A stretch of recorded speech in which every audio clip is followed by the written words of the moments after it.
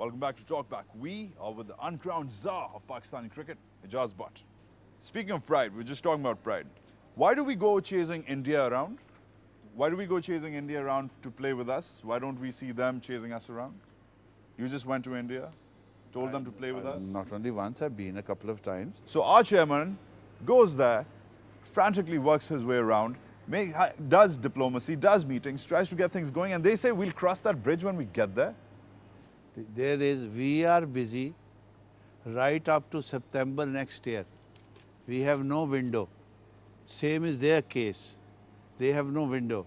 So talking about any series which takes about a month or 6 weeks is not material. Okay. So we have, this is their formal press release given by the BCCI. But you know the inside stuff. I know, but they still don't want to talk about something which they have agreed with us. But you don't think we go around running after them? No, we haven't. We haven't been running after. This is something where. When was the last time the BCCI chief came to Pakistan and said, "Hey guys, let's play"? They're scared to come here. You know? Okay.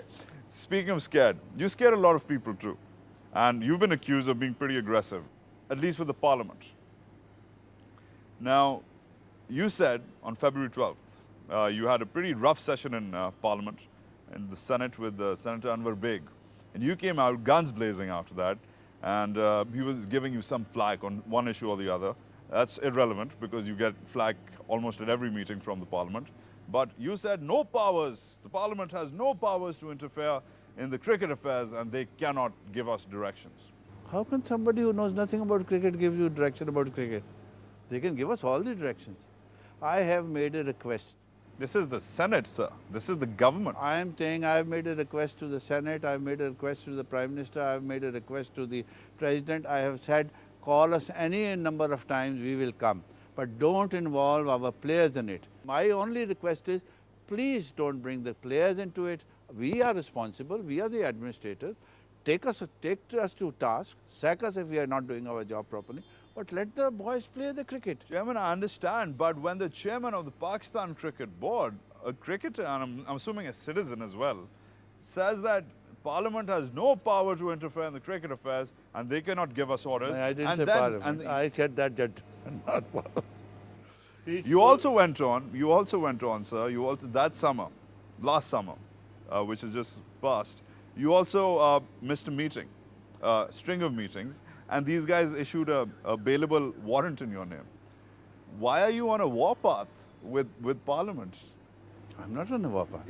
They're issuing warrants against you. You sent Salim Altaf, I'll tell you the story. You sent Salim Altaf, he wasn't prepared. Those guys got angry, ticked off that he wasn't prepared to answer their questions. They issue a warrant against you. Are you working with the people of Pakistan, sir? I'm working with the people of Pakistan. I'll continue working with the people of Pakistan. But with due apologies, I'm not going to take any bullshit.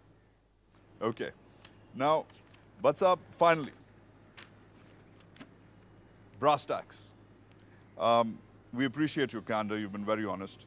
But there's a love-hate perception about Ijaz Butt. A lot of people say he knows his stuff. A lot of people say he frankly shouldn't even be there. Nepotism is one issue which comes up. You've probably gotten this before. Your sister-in-law is the chair of the women's wing of cricket. So people who criticize must be happy because she's under cancer treatment in America currently. So they must be very happy now. Okay. Well, that's sad to say, but this is a perception, sir. Work with me on this one. Let me tell you, she was the chairman prior to I took over, appointed by Dr. Naseem Ashraf, not by me. Okay. Well, that but clarification. She was my relative. Well, yes. Thanks for that clarification. I think people needed to hear that. Your friend Yavar Saeed is currently the manager of the team. They say he's there because he's a buddy of yours. He is my buddy. We've been together for over 50, 60 years. I know him very well. I have full confidence in him. Go. But what do you say to people? What do you say to people who say that you've got your best buddy there? He is my buddy. Yes, I don't deny that. Why should I deny it? But he's the manager if of the he's team, doing a good job, he's been manager of the Pakistan team for the last maybe 30 years. He was manager during to Australia a long time ago in England. He's been all over the place. But you're willing to take that flag. You're willing to take that criticism. Of course I am. It's my. If he's not doing his job properly, then I am not doing a correct job. Okay, other people are upset as well. For example, I'm sorry to bring this up again, but the National Assembly, for example, the Standing Committee on Cricket is upset, especially with a relative of yours, Mohammad Naeem, the Chief Financial Advisor. They've recently extended his tenure. They're saying it's for the last time. They're unhappy with his foreign trips. They're unhappy with his dealings. How do you defend that? I take full responsibility and I don't ask my subordinate to be answerable. If somebody wants to be directly answerable, he is working with us on an honorary capacity. Regardless, Chairman Saab, help me out with this one, right? Embattled, we're already a rather politicized nation. The NRO is going on. Terrorists are attacking our team. It's a pretty bad state of affairs across the board in this country. Do you think that the cricket chief of this country, the cricket czar, the all-powerful cricketer in this country, should put himself in a position where people, whether they're qualified or not, whether they're right or not, can say that, yeah, his sister's there, his buddy's there, his cousin's there, and he's making his family run this entire organization? Why put yourself in that position? You're not making things easier for yourself. You know, in the Punjabi, you say, even if you are a frishta, our media will still catch you to pieces.